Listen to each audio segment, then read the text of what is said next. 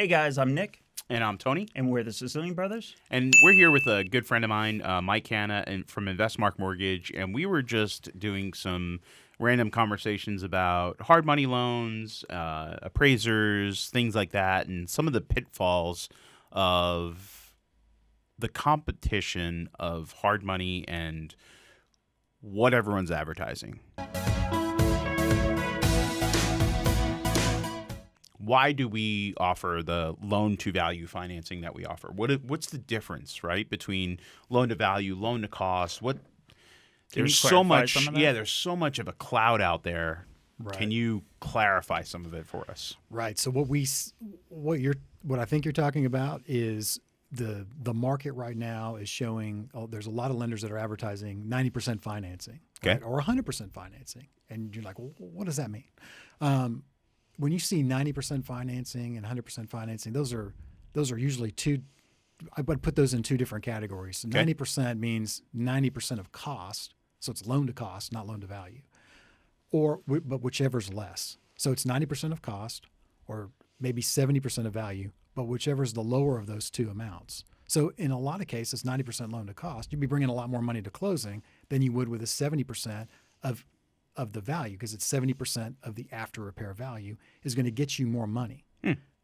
So when you hear 100% financing, like we offer 100% financing, if you get a deal that's in the numbers, does that mean I have to bring no money to the table? That means that you would potentially not have to bring any money to the table. If you buy a deal at 60 cents on the dollar, inclusive of the repairs, which is very hard to do, by the way, but Absolutely. If you do get one of those, and you're creditworthy, you've got reserves, you have income, you meet all the other criteria, we'll absolutely give you a loan 100% with 100% financing.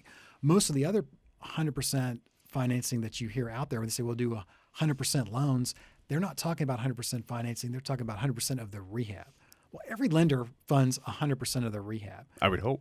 Of course, because we want the work to get completed. Right. But there's some fine print that you have to read so that you understand what the lender is. And actually, if you talk to that lender, they're going to tell you. I mean, most of them are not going to mislead you. It's sort of an advertising gimmick, and it's like, hey, you know what? I saw what they were promoting on that email blast, and that's really 90% loan to cost. But they didn't put that. And you wouldn't know that cost unless you call them all or go and shop them all, and right. It's there's so much. It's percentage confusion is what it is. That's I mean, good. There's a lot of I like percentage that. I confusion like out that there, lingo. and you got to make sure. Percentage. What about the rate? Because we always discuss this too, right? You always see these teaser rates and yeah, such, but right? 8% interest is better than 12% interest. Is 8% that right? 8% interest is better than 12% interest. The closer you get in terms of gap in between rates, like when you get to, say, a 9%, someone's advertising 9.99 and somebody else is advertising maybe 11.5. Those two could actually be switched in terms of which is cheaper, depending on your rehab amount. I know there's a lot of math here, but I've done all the math on this, and if you are being charged on the scope of work, meaning you're charged on the rehab, the amount that's being held back, and it's, say, a large amount, $30,000, $40,000, $50,000. Some of the rehabs we're seeing now, they're $100,000. Yeah. You could have a $100,000 scope of work. Well, you're paying on that $100,000 at 9.99%. Where with us, you'd be paying. So you still have the $100,000 in the bank. We still have the $100,000. You do, but I'm paying you for it. You're not, so I haven't borrowed with it. Some lenders. I haven't borrowed it yet, but I'm Right. paying you 10% for money I haven't taken yet. With other lenders, you are, yes. Oh, wow. Not with us, but with other lenders, yes. Wow. You're paying on the note amount, not the outstanding principal balance. Those are two different things. So if you have a note amount of $100,000, but you have $50,000 in reserves, and you have $50,000 outstanding, then you're going to be paying. I mean, those just as an example, you'd be paying 9.9 or 10% on $50,000 that you haven't used yet. Wow. So over the course of the loan, that could be. That it takes you 6 months. That could be a lot of money. Right? Yeah, even again, that's $500 a month. In, round number, that's $500 a month times 6 months. That's another $3,000 that I wasn't factoring, right? But with you, it sounds like that's $3,000 more profit. Right. And I don't know if we're doing the math right. I'm doing the math in my head. But if you take I think I did it with like a $30,000 scope of work at, I think you'd have to get to 11.6% interest or higher on the loan amount to equal a 9 or 10% loan where you're not charging interest on the scope of work.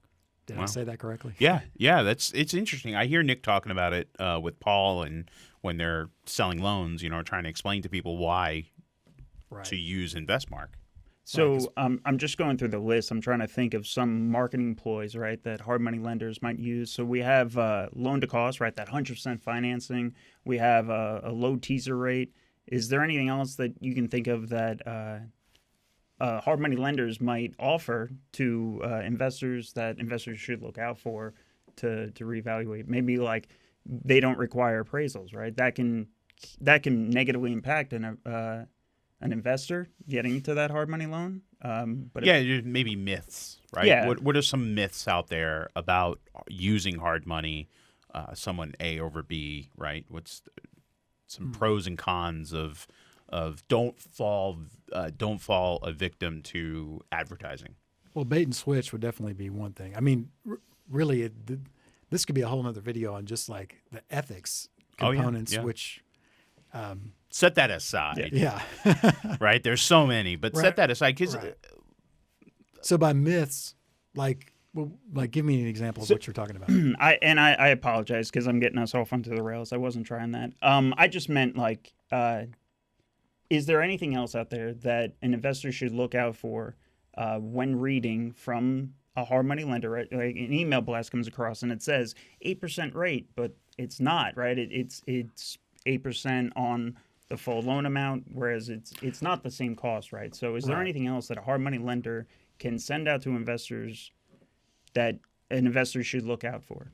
I mean, the number one thing that is rate, right? That's the number one thing, because most investors they're glued to that. They're attracted to that. They're attracted to a low interest rate. That's why you see a lot of that advertising Don't being you have done a that way. Don't you have a blog about the trick of cheap money? Or Yes.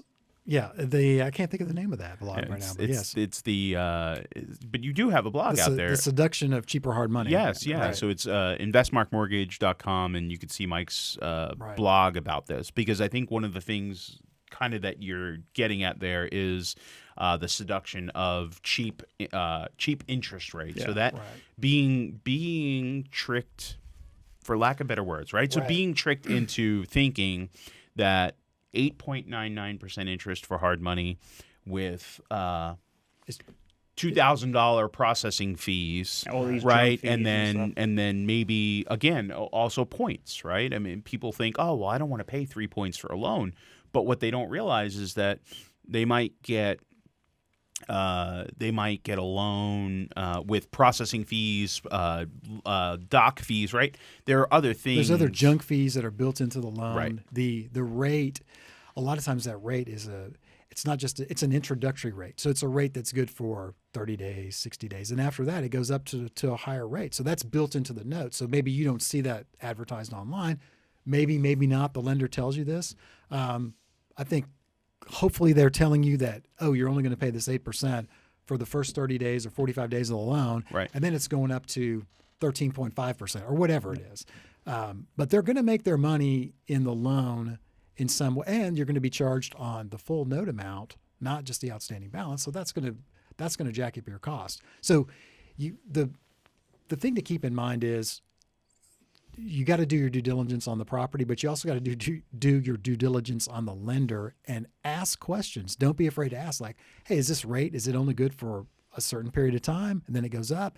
And then if I don't complete the project within 6 months, do I start the loan over again? Because we see that too, where you've got to pay more points, or that like an extension fee. Extension fees, which is basically more points on the loan. So it sounds like you're saying, look at the cost, the total cost of the loan, right? Don't look at just the closing cost, or the down payment, right? Or, you got to look at the entire loan, and a lot of that is information that may not be advertised, but you need to be aware of it so you're not overpaying for a hard money loan, and that the profit potential that you think you're going to make is what you're going to make. Right.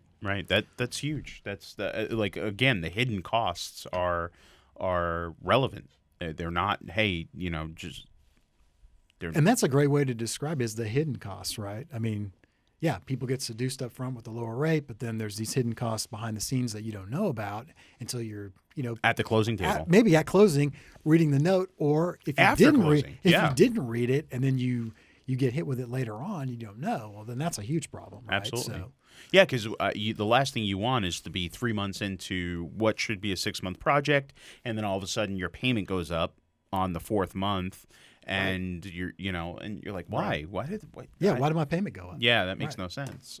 Interesting. So, well, I appreciate you clearing some of that up for us. Just to recap on everything, right? So, because I know we talked for a while, check the rate. Make sure your rate is charged for the full term. Or know what you're being on. charged for, right? If you are getting charged for rehab, if your funds rate or is not. make sure, is your rate fixed or is it adjustable Yep, through the loan, right? Check the LTV. LTV versus LTC. LTV versus LTC. So the loan to value versus your loan to actual cost. Okay. Right. And you got to read the fine print. I think that's pretty much what it comes down to. Make sure you understand your actual loan. Right, like is your loan for 6 months? Is it for a year? Are there extension fees built in?